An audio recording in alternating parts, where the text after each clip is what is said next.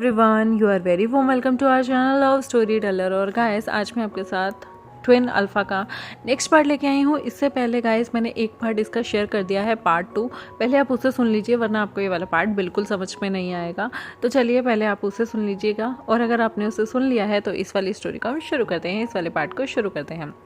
जैसे कि हमने पिछले एपिसोड में देखा कि विंग जो था ना, वो वांगजी को अपने साथ गाड़ी में बैठाकर मॉल के लिए लेके जाता है। यहाँ पर वांगजी बहुत हैरान था, क्योंकि उसने छोटी छोटी मार्केट्स देखी हैं, उसने कभी इतने बड़े बड़े मॉल नहीं देखे, क्योंकि उसका एरिया बहुत ज़्यादा रिमोट एरिया काउंट होता है, जहाँ पर सिर्फ खेती बाड़ी ही होती है। दूर दूर तक ऐसी कोई चीज़ नहीं होती, और ऐसे ना ही उनके पास शौक थे, ना ही इतने ज़्यादा पैसे थे जो कि वो ऐसी एक्सपेंसिव जगह में जाए। वो उसकी आंखें तो खुली की खुली और फटी की फटी रह जाती हैं जब वो पहली बार ऐसी जगह जाता है। और वो जब पहली बार एस्केलेटर वगैरह पे चढ़ता है, तब भी उसे बहुत हेजिटेशन होती है, उसे लगता है शायद वो गिर जाएगा, बट बार बार विंग उसका हाथ पकड़ लेता था। यहाँ पर वो विंग को देख रहा था। विंग का चार्म देखकर ना जाने कितने अल्फा और बीटा उसे मुड़ मुड़ के देख रही थी। इवन ओमेगा तो उसे देख के फ्लैट हो रहे थे। तो ये देखने के बाद ना वांगची को थोड़ा सा अजीब सा लगने लगता है, उसके गाल ना एकदम लाल होने लगते हैं। यहाँ पर विंग उसकी तरफ देखता है और कहता है, क्या देख रहे हो तुम? वांगची यहाँ पर उसे नजर चुराता है और इधर उधर देखने लगता है। तो वो कहता है, क्या हुआ? मैं हूँ ना चार्मिंग, मैं लगता हूँ ना हैंडसम, तुम्हें नहीं लगता? देखो ना, यहाँ पर कितने सारे लोग मुझे देख के फ्लैटर कर रहे हैं, और कितने अल्फा तो जेलस हो रहे होंगे। वो यहाँ पर वो वांगजी से कहता है, चलो मेरे साथ। वो वांगजी को यहाँ पर उन्हीं की कंपनी के एक ब्रांच में लेके जाता है, और उस ब्रांच में ये वांगची के लिए काफ़ी सारे कपड़े खरीदता है। वो उसे बोलता है कि वांगची पे जो भी चीज़ें सूट करेंगी सारी चीज़ें पैक कर दो, और वांगची को वहाँ पर भेजता है ट्रायल रूम के लिए। वांगची के लिए वो कॉलेज के हिसाब से जितनी भी चीज़ें चाहिए थी वो भी ले लेता है, कुछ फॉर्मल ड्रेसेस भी ले लेता है कि वांगची के अगर वाइवा हो या वाइवा सेशन हो या कहीं बाहर जाना हो, तो उस टाइम पे इंसान को थोड़ा सा जो है वो संभल के कपड़े पहनने होते हैं। तो वो वांगची के लिए ऑलमोस्ट आधी से ज़्यादा दुकान खरीद लेता है। वांगची के साइज़ के जितने भी कपड़े थे उसने कम से कम वांगची के लिए 15 से 20 जोड़े खरीद डाले थे। और वांगची जब उसका बिल देखता है ना, तो उसकी आंखें फट गई थी। इतना ज़्यादा, इतना भयंकर बिल, क्योंकि लाखों में बिल चला गया था। और वांगची हैरान था, इतने सारे कपड़े। वांगची मना करता है, नहीं मुझे नहीं चाहिए। तो विंग कहता है, ओफो, तुम उधर जा रहे हो, तुम एक स्कॉलरशिप स्टूडेंट भले ही हो, लेकिन तुम्हारा नाम हमारे नाम से जुड़ा है। वहाँ पर तुम जाकर अगर ये वाले कपड़े पहनोगे तो तुम्हें पता है तुम्हारा क्या होगा? कुछ लोग तुम्हें बुली करेंगे, और तो और वहाँ पे हमारी रेपुटेशन भी कितनी ख़राब हो जाएगी कि जिस इंसान को हम अपने घर में रखते हैं उसे हम ऐसे कपड़े पहनाते हैं। तुम्हें पता है, जो मैं अपने कपड़े, पुराने कपड़े भी किसी को देता हूँ ना, वो भी इससे ज़्यादा अच्छे होते हैं। वांगची को शर्मिंदगी महसूस हो रही थी। यहाँ पर वो बेचारा नीचे मुकर लेता है। तो विंग यहाँ पर उसे कहता है, ओफो, अब मुँह मत लटकाओ, ठीक है मैं समझता हूँ तुम्हारे यहाँ पर वही ट्रेंड होगा, लेकिन शहर में ये ट्रेंड बदला हुआ है। मैं तुम्हें नीचा नहीं दिखाना चाहता, मैं बस तुम्हें ये कहना चाहता हूँ कि कल को कोई तुम्हें बुली ना करे, समझे तुम? देखो, शहर में ना शोशेबाजी ज़्यादा चलती है, शहर में जो दिखता है वही बिकता है, और मैं नहीं चाहता कि कल को कोई तुम्हें कुछ गलत समझे। अभी तुम्हें समझ में नहीं आएगा, लेकिन जब तुम क्लास में जाओगे और पढ़ना शुरू करोगे, जब तुम नए लोगों से मिलोगे, तब मुझे लगता है तुम्हारी बुद्धि में चीज़ घुस जाएगी।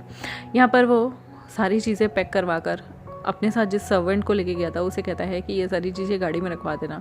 और उसके बाद वो वांगची को यहाँ पर एक दूसरी बिल्कुल नई ड्रेस पहनने के लिए, जो कि उसने अभी रिसेंटली खरीदी थी, उसे बोलता है कि जाके वॉशरूम में इसे चेंज करके आओ। वांगची मना करता है, तो वो उसे डांट कर बिल्कुल गुस्से में आके दिखाता है। वांगची थोड़ा सा डर जाता है और फिर अपने कपड़े चेंज करके आता है। वांगची को स्टाइल स्टेटमेंट और ये सब नहीं पता थे। इतने में वांगची गया था, तब तक वेवोशन जो है वो एक ग्लासेस की शॉप पे खड़ा था। उसे एक ग्लास बहुत पसंद आते हैं। वो वांगची जब कपड़े पहन के आया था, तो वांगची को कहता है, ये कैसे भोंदू की तरह ड्रेसअप किया है, इधर आओ। वो वांगची के अच्छे से कपड़े टक इन करता है और वांगची के बालों को भी ढंग से बनाता है। वो कहता है, लगता है तुम्हें हेयर कट भी दिलाना होगा। वांगची यहाँ पर कहता है, नहीं मेरे बालों को कुछ मत करना। विंग कहता है, ओहो, तुम्हारे बालों को कुछ ना करूँ, बड़ा तुम्हारे बाल में यहाँ पे बहुत सारा सोना होगा हुआ है ना, इधर आओ। और वो उसका हाथ पकड़ता है और वो वहाँ पर वांगची को लेके जाता है। वांगची को 2-3 शेड्स भी दिलाता है। वांगची कहता है, मुझे नहीं पहनने। तो विंग कहता है, बकवास मत करो, इतनी धूप है, इतनी धूप में बंदे को शेड लगाने चाहिए, अपनी आंखें ख़राब करना चाहते हो क्या? तुम्हें अपनी आंखों से प्यार नहीं? वांगची यहाँ पर कुछ नहीं बोल पाता और ले लेता है उन शेड को। विंग उसके चेहरे पर लगा के देख रहा था, और पास में ही, क्योंकि मॉल में सारी चीज़ें होती हैं, तो वो एक सैलून में उसे ले जाता है और उसकी कटिंग भी करवाता है। वांगची, जो कि अभी तक चंपू से हेयर स्टाइल को रख के ही बहुत ज़्यादा खुश होता था, यहाँ पर विंग ने उसके बहुत अच्छा हेयर कट भी करवा दिया था और कहा था, प्लीज़ इस थोड़ा कॉलेज स्टूडेंट जैसा दिखा दो, ये बिल्कुल भाईजान बन के यहाँ पे घूम रहा है, बिल्कुल भैया जी बन के। और यहाँ पर वांगची का बिल्कुल मेकओवर विंग ने करवा दिया था और उसके बाद वो वांगची को लेके जाता है। वांगची कहता है मेरी फ़ोटो से मैं बिल्कुल मैच नहीं हो रहा, इन्होंने तो मुझे बिल्कुल चेंज कर दिया। विंग कहता है ऑफ कोर्स चेंज कर दिया, क्योंकि तुम यहाँ पर चेंज होना नहीं चाहते और तुम्हें नहीं पता अगर तुम ऐसे बन के रहोगे तो लोग तुम्हें कितना ज़्यादा बुली करेंगे, ये मैं तुम्हारे फ़ायदे के लिए कर रहा हूँ। वैसे भी तुम्हें नहीं पता जब मेरे माता पिता गांव से यहाँ आए थे तो कितने लोगों ने डोमिनेट करते थे, उन्होंने कितना स्ट्रगल सहाया है और आज जिस पोजीशन पे वो हैं उसकी बहुत उन्होंने कीमत चुकाई है। तुम्हें क्या लगता है इतनी इजीली गांव से आकर यहाँ पर बसना आसान होता है? जो यहाँ के ऑलरेडी रिहायशी होते हैं वो तुम्हें जीने नहीं देते, आगे बढ़ने नहीं देते। इसलिए अगर तुम अभी से उन चीज़ों को फेस ना करो तो बेहतर होगा, इसलिए मैं तुम्हारे लिए ही चीज़ें कर रहा हूँ। यहाँ पर वांगची जो था वो विंग को देख रहा था कि विंग यहाँ पर थोड़ा सा नौटंकी लगता है, केयरलेस लगता है। वो अपने ब्रदर की तरह सुबह उठ के ऑफिस नहीं जाता, लेकिन उसे दुनियादारी की काफ़ी ज़्यादा समझ है। यहाँ पर उसके ब्रदर ने तो सिर्फ वांगची को डांटा ही था, लेकिन इसने पूरी शॉपिंग करवाई है। उसके ब्रदर ने जहाँ वांगची को देख के नेग्लेक्ट कर दिया था और कहा था खुद से जाकर सब चीज़ें करनी सीखो, वहाँ पर विंग ने वांगची को बहुत सारी छोटी छोटी चीज़ें सिखाई। वांगची इस चीज़ को देखकर बहुत ज़्यादा टच्ड फील करता है। सच में उसे लगता था कि इतनी जो नॉलेज है ना या इस तरह की चीज़ें उसे कभी बड़ों ने भी नहीं गाइड किया, क्योंकि वो स्कूल में जहाँ जाता था वहाँ पर सारे उसी के जैसे लेवल के बच्चे होते थे, इवन उनसे भी गरीब बच्चे आते थे। तो उसने कभी खुद को चेंज करने की सोची नहीं, लेकिन यहाँ पर आने के बाद उसका पर्सपेक्टिव बदल गया है। उसे लगता है कि चेंज ही ज़िंदगी का कहीं ना कहीं एक असूल है, आपको वक्त के साथ बदलना होता है, चाहे वो आपके थोड़े कपड़े हों, चाहे आपकी भाषा हो या फिर आपका रहन सहन का तरीका, आपको थोड़ा सा बदलना पड़ता है। इसलिए नहीं कि लोग क्या कहेंगे, इसलिए कि लोगों की बातें लाइफ में आगे चल के आपको इफ़ेक्ट ना करे। और वांगची जो है वो स्माइल कर रहा होता है और यहाँ पर वो विंग को थैंक यू कहता है। विंग उसकी तरफ देखता है और कहता है ओफो मेंशन नॉट, तुम बिना अच्छा मुझे थैंक यू कहने से अच्छा है अगर तुम्हें वक्त मिले तो मेरी एक छोटी सी ना वर्कशॉप है, उसमें आ जाना, मेरा हाथ बता देना। वांगची कहता है मैंने सुना है आप रोबोट और बहुत सारी चीज़ें बनाते हो। यहाँ पर विभूषण उसे घूर के देखता है और कहता है आर्टिफिशियल इंटेलिजेंस के बहुत सारे इक्विपमेंट हैं, अगर तुम्हें उन्हें देखने का मन हो तो मुझे ज़रूर बताना, मैं तुम्हारी हेल्प करूँगा। यहाँ पर वांगची कहता है मैं भी अपने घर के खेतों के लिए कुछ चीज़ें इन्वेंट करना चाहता हूँ, क्या आप मेरी मदद करोगे? वो उसे देख के कहता है खेतों के लिए?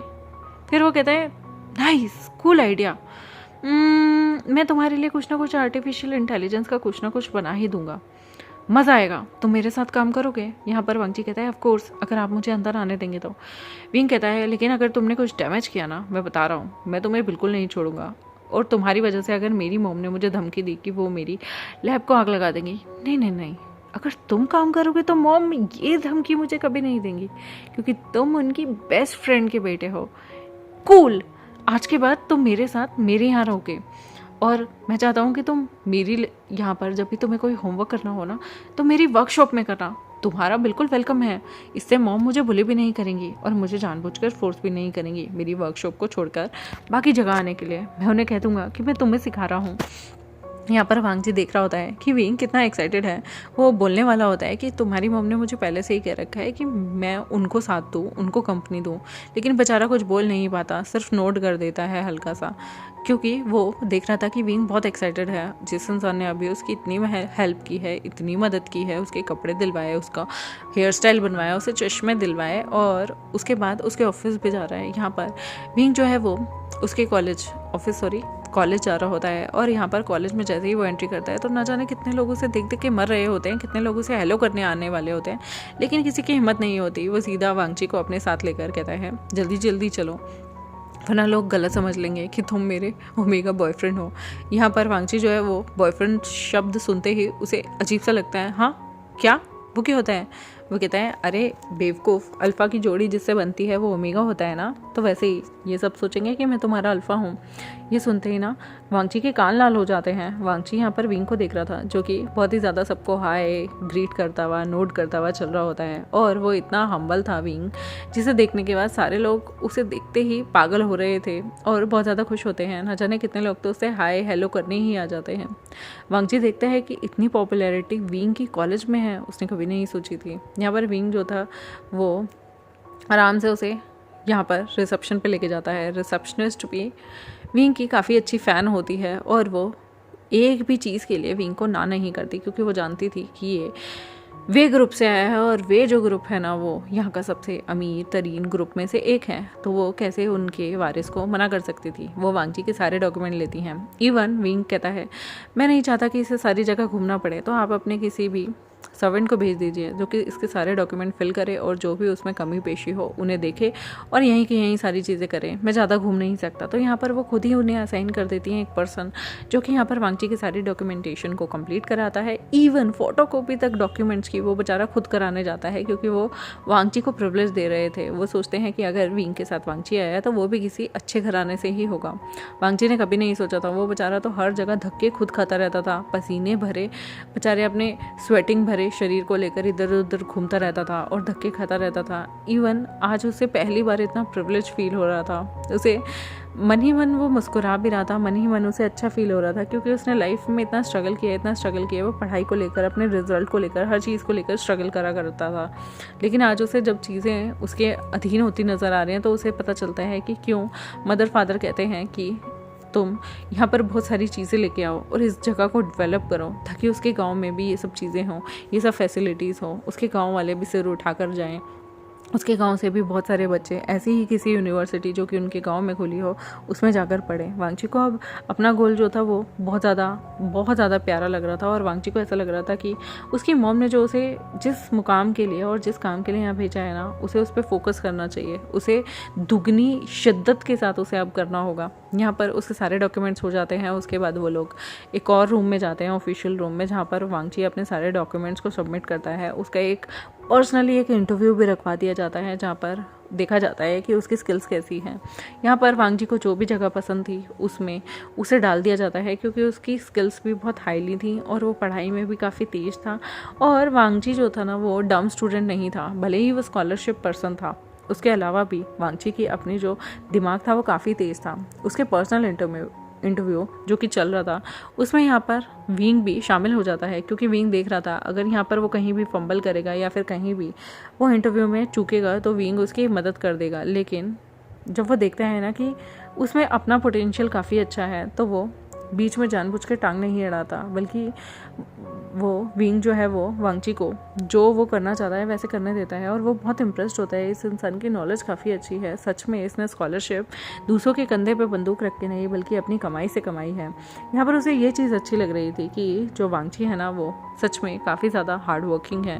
वो इंसान अपने बलबूते पे यहाँ आया है, बस विंग का उसने मतलब वांगची और उसकी फैमिली का नाम सिर्फ यहाँ पर उसकी सीट को जो कि ऑलरेडी रिजर्व करनी थी उसके लिए ही यूज़ किया गया है। लेकिन वांगची में टैलेंट की कमी नहीं।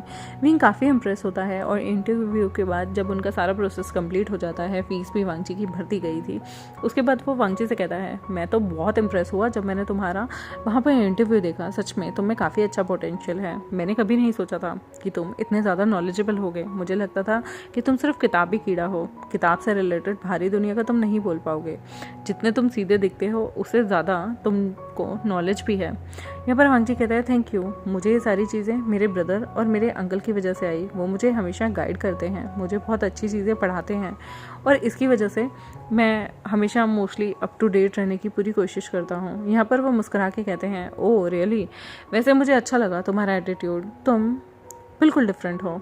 मुझे ऐसा लगता है कि काश जब मैं तुम्हारे टाइम में था तो तुम जैसा एक दोस्त मैं भी डिज़र्व करता था, लेकिन अफसोस मेरे जो दोस्त थे वो बहुत बिगड़ैल थे और सारे के सारे अपने पापा के पैसों पे कुछ करना चाहते थे या अपने पापा के बिज़नेस को आगे रन करना चाहते थे।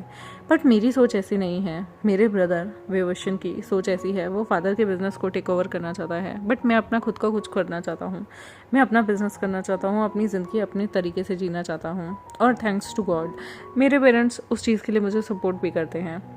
यहाँ पर वांगची कहता है तुम क्या करना चाहते हो, तो वो कहता है मैं आर्टिफिशियल इंटेलिजेंस से रिलेटेड काम खोलना चाहता हूँ। मैं चाहता हूँ कि मैं आर्टिफिशियल इंटेलिजेंस से ऐसी ऐसी चीज़ें बनाऊँ जो कि फ्यूचरिस्टिक हों, जो कि फ्यूचर में काम आए। वांगची काफ़ी इम्प्रेस होता है और कहता है मुझे भी इन चीज़ का बहुत शौक़ है, बट मैं एग्रीकल्चर फील्ड में सिर्फ इसलिए जा रहा हूँ ताकि मेरा जो जगह है वो एग्रीकल्चर से भरी हुई है और वहाँ के लोगों को तरक्की मिले। यहाँ पर विंग कहता है बट उसके लिए एग्रीकल्चर में तरक्की के साथ साथ जगह की तरक्की होनी बहुत ज़रूरी होती है, जैसे कि सड़कें, बिजली, पानी, पढ़ाई सबसे इम्पोर्टेंट होती है। अगर आज तुम 1 पैसा पढ़ाई में इन्वेस्ट करते हो तो कल को वो आपको 5 पैसा बन के इनपुट बन के देगा। लेकिन अगर आप आज अपने बच्चों को एजुकेट ही नहीं करते, पढ़ाते ही नहीं हो, तो आगे भी आपकी जो नस्लें होंगी वो बर्बाद ही होंगी। यहाँ पर वांगची कहता है ये बात मेरे पेरेंट्स भी कहते हैं। वाओ। तो यहाँ पर विंग मुस्कुराते हुए कहता है बिल्कुल, क्योंकि मेरे अंदर तुम्हारे लोगों के ही संस्कार हैं। मेरी मॉम तुम्हारे ही गांव से आती हैं, तो तुम क्या सोच रहे हो? संस्कार हमारे भले ही हैं, हम रहते शहर में हैं, संस्कार मेरी मॉम ने हमें पूरे दिए हैं।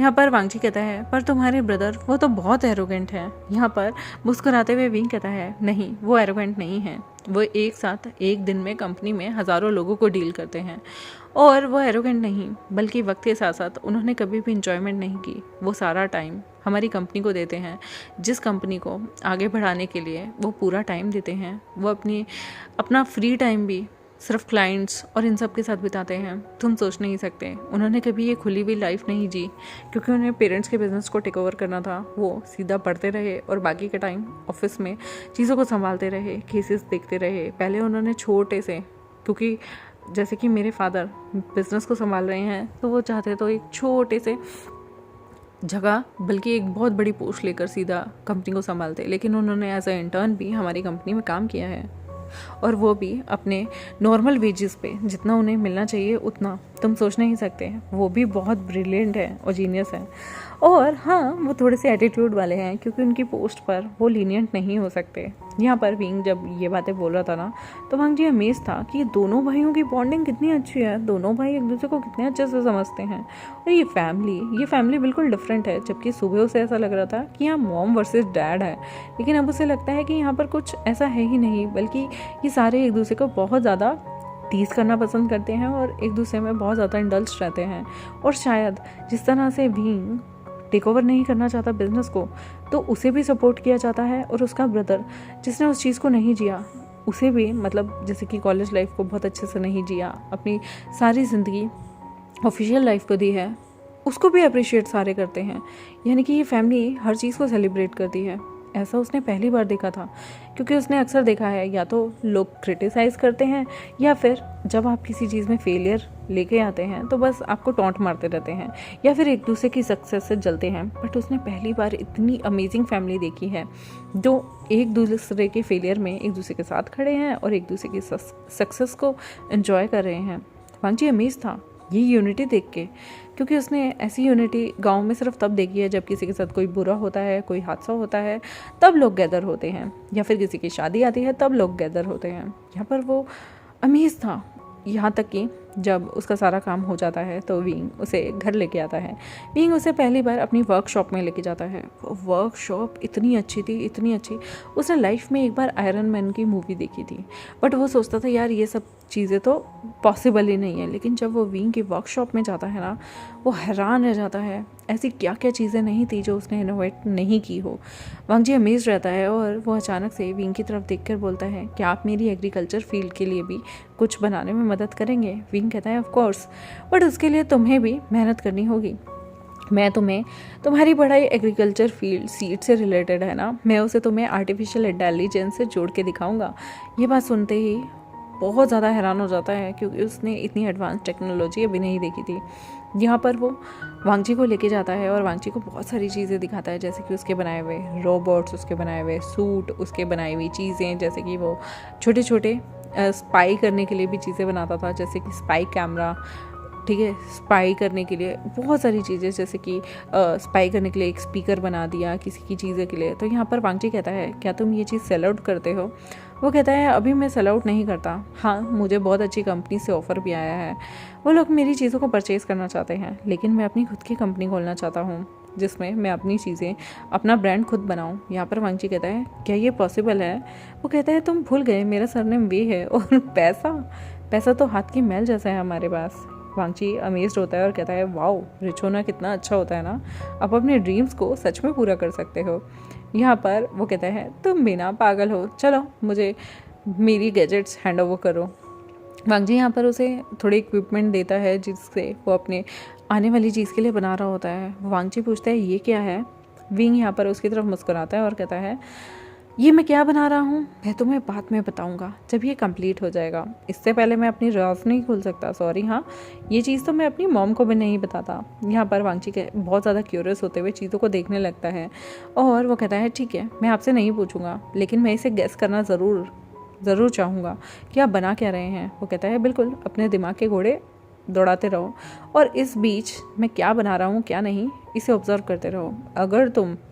अगर तुमने इस चीज़ को ऑब्ज़र्व कर लिया मैं क्या बना रहा हूँ, तो मैं तुम्हें कॉलेज जाने के लिए एक बाइक ज़रूर दूंगा। यहाँ पर वांगची अमेज्ड होता है और कहता है बाइक।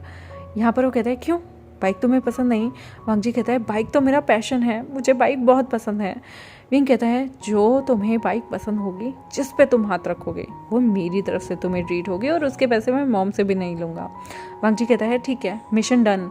ये लोग मिशन के लिए हाँ कर देते हैं। देखते हैं गाइस आगे क्या होगा, क्या वांगची जीत पाएगा और वांगची का पैशन है उसकी बाइक, क्या उसका पैशन कंप्लीट होगा। देखते हैं आने वाले एपिसोड में। तब तक मेरे चैनल को सब्सक्राइब, वीडियोस को लाइक, बेल आइकन को प्रेस कर दें और मिलते हैं आपसे नेक्स्ट एपिसोड में। तब तक के लिए बाय बाय। और जल्दी ही मैं आप लोगों के साथ गाइस रेनमैन का नेक्स्ट पार्ट भी लेके आऊँगी।